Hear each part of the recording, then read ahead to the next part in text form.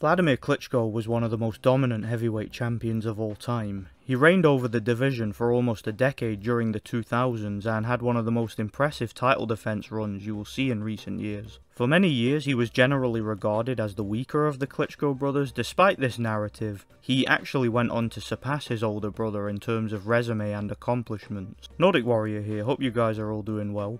Welcome back to my retrospective boxing series. In this series I break down the careers of certain fighters and speculate on how good I think they really were and how well they would have done in today's era, or any era besides their own. So let's get started. Vladimir Klitschko began his pro career in 1996 after becoming an Olympic gold medalist, along with his older brother Vitaly. He signed with Universe and Box Promotions, who at the time were the largest boxing promoters in Eastern Europe. He spent the majority of the early part of his career fighting in Germany, and was developing a reputation as a devastating knockout artist, winning the majority of his early fights by early knockout. His size and power made him a serious threat to the division. The first test of his career came against the American Marcus McIntyre for the WBC International title. Vladimir won the fight by a third-round KO. He gradually began to increase his opposition and continued to show devastating knockout power. Several fights later, he had the first scare of his career, being knocked down for the first time by American Steve Parnell in the first round. Vladimir came back to knock Parnell out cold in the second round. This would of course foreshadow the chin issues that Vladimir would show later in his career. A few fights later, he went home to Ukraine and took on the tough and durable, experienced journeyman Ross Purity. In a shock upset, Purity went on to give Vladimir the first loss of his career, coming from behind to defeat him by a TKO in the 11th round, stopping Vladimir on his feet. He went back to the drawing board and had a few lower level wins before taking on the tough German and former title challenger Axel Schultz for the vacant European title. He knocked Schultz out in the 8th round after a dominant performance. After a few more knockout victories, including wins against notable gatekeepers such as David Bostis and Monty Barrett, he got a shot at the WBO world champion Chris Bird. Bird had previously beaten Vladimir's older brother Vitaly in a shock upset for his world title, and this was a chance for him to avenge his brother's defeat. In a dominant performance that included 2 knockdowns, Vladimir went on to defeat Chris Bird by unanimous decision, winning his first world title. He defended his title successfully 5 times against Derek Jefferson, Charles Shufford, Franz Botha, Ray Mercer and Jamil McCline, winning every fight by knockout, before taking on the big South African power puncher, Corey Sanders. In another shock upset, Vladimir was knocked out in 2 rounds by Sanders in what can only be described as the most one-sided and brutal defeat of his entire career. After losing his title, he had a couple of easy knockout wins, before getting a shot at the vacant WBO title against American Layman Brewster. After dominating Brewster for 4 rounds, Vladimir strangely and mysteriously collapsed, and was seemingly gasping from pure exhaustion, losing for the 3rd time in his career. After losing to Brewster, Vladimir got mocked and ridiculed by the American boxing establishment, and most fans at the time considered him a complete fraud. His own brother Vitaly even suggested that he should retire before he hurts himself. Nonetheless, Vladimir continued his career. After a couple of easy comeback wins, he got himself a title eliminator against the undefeated knockout artist Samuel Peter. In what was a fantastic fight, Vladimir beat the absolute brakes off of Peter, dominating him for 12 rounds. However, in the process, Vladimir was knocked down 3 times. In all fairness though, 2 of those knockdowns should not have been counted because they were clearly from illegal punches to the back of the head, and that was something that Samuel Peter became known for throughout his career. Vladimir showed some improvements in regards to his patience and stamina, and it wasn't too long before he got himself another title shot. He took on his former rival, Chris Bird, for the IBF and IBO world titles. And this time the fight was even more one-sided. Vladimir dominated the fight and stopped Bird in the 7th round. This began Vladimir's run of dominance over the entire heavyweight division for the next decade. His first title defense, he knocked out the highly touted American contender Calvin Brock in the 7th round. He then destroyed Ray Austin in 2 rounds before getting a chance to avenge his defeat to Layman Brewster. Vladimir battered Brewster and forced his corner to pull him out after the 6th round.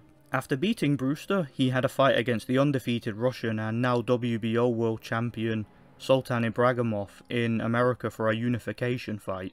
The fight went the full 12 rounds and was a very easy win for Vladimir, controlling the fight from long range After a couple of knockout victories against Tony Thompson and Hazeem Rahman, he was then in negotiation for a fight against his new rival and former cruiserweight champion, David Haye. Haye pulled out of the fight and a late-minute replacement was brought in on 2 weeks' notice. He took on the WBA champion, Ruslan Chagayev. Vladimir completely destroyed Chagayev, stopping him in the 9th round. He then went on to have a 12th round knockout victory over the American Eddie Chambers, and then a rematch with his former opponent Samuel Peter, beating him by a 10th round KO after a dominant performance. In 2011, at 35 years old, Vladimir would have the biggest fight of his career yet, and a career-defining fight against his now rival and now WBA champion David Haye. Vladimir went on to dominate the fight, winning by a wide unanimous decision. He had 3 fights, knocking out former cruiserweight champion Jean-Marc Mormec and once again knocking out Tony Thompson.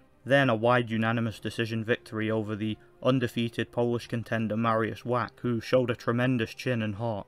After an easy knockout victory against the undefeated Italian contender Francesco Pianetta, he had a long-anticipated showdown with Russian warrior and now WBA regular champion Alexander Povetkin over in Moscow, Russia. Vladimir basically grabbed and wrestled his way to a wide unanimous decision victory, which gained him a lot of criticism for his performance and turned a lot of fans against him. He was then in line to fight undefeated Russian contender Denis Boytsov, who ended up losing his title eliminator to Australian Alex Leapai. In a tremendously one-sided fight, Vladimir stopped Leapai in the 5th round. After beating Leapai, he took on the undefeated Bulgarian contender Kubrat Pulev. In what was a great shootout, Vladimir was hurt badly in the 1st round with a jab, before immediately knocking Pulev down after. He went on to batter Pulev, knocking him out in the 5th round. At this point in time, Vladimir was starting to show his age, and there were lots of young contenders who were starting to eye him up. He went back over to America and took on the undefeated contender Bryant Jennings. Vladimir would win the fight by a wide unanimous decision, but it doesn't tell the whole story. He looked very poor and very lethargic in the fight, and his reflexes and stamina were clearly on the decline, which is to be expected since he was almost 40 years old at that point in time. His next fight would be the end of his reign as champion, losing a unanimous decision to the much younger, much fresher and much bigger Tyson Fury. The rematch was scheduled for the following year, but it never materialised, and Vladimir was inactive until 2017, where he took on the now IBF champion, the undefeated Anthony Joshua. In what was a fantastic fight where both guys hit the canvas, Vladimir appeared to be mostly in control, but once again slowed down late and was stopped on his feet in the 11th round, retiring several months later. So how good was Vladimir Klitschko? How would he have done in today's era, or any era besides his own? Let's talk about it. So, Vladimir, in my personal opinion, was a fantastic fighter. He was also a fighter that had a few glaring flaws. What I find really interesting about him is how he and his trainer, the legendary Emanuel Steward, found a way to turn those flaws into an advantage. His biggest flaws, most people would agree, was his chin, and as a result of that, he developed a style that relied on keeping his opponents under control with his jab. He had one of the best jabs I've ever seen in boxing, insanely accurate and powerful, and several of his fights he could have won with his jab alone. He had fantastic balance, fantastic footwork, and a level of patience rarely seen in boxing. He may not have been as tough or as durable as his older brother, but he was certainly a better athlete and had more of a refined boxing skill with more refined boxing fundamentals. His prime years, in my opinion, were the early days of his 2nd reign as champion, when he was in his early 30s defeating the likes of Ray Austin and Calvin Brock. Yet even past his prime, in his late 30s, he was still dominating undefeated world-class contenders, who went on to be top-level contenders years after he beat them.